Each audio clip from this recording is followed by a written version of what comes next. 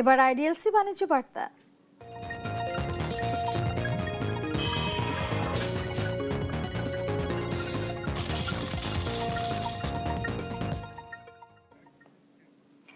দেশে জাল মুদ্রা প্রস্তুত, কেনা বেচা, ব্যবহার, মজুদ ও পাচার সহ এ সংক্রান্ত অন্যান্য অপরাধ দমনে স্বতন্ত্র আইন করতে যাচ্ছে সরকার। এই লক্ষ্যে অর্থ মন্ত্রণালয় জাল মুদ্রা প্রতিরোধ আইন 2026-এর খসড়া প্রস্তুত করেছে। প্রস্তাবিত আইনে জাল মুদ্রা সংক্রান্ত অপরাধের জন্য সর্বোচ্চ যাবজ্জীবন কারাদণ্ড এবং অর্জিত সম্পদের অর্থমূল্যের দ্বিগুণ বা ন্যূনতম 1 কোটি টাকা অর্থদণ্ডের বিধান রাখা হয়েছে। সেই সঙ্গে পুলিশ, বিজিবি ও কোস্টগার্ডকে পরোয়ানা ছাড়াই তল্লাশি ও গ্রেফতারের ক্ষমতা দেওয়ার বিধানও থাকছে।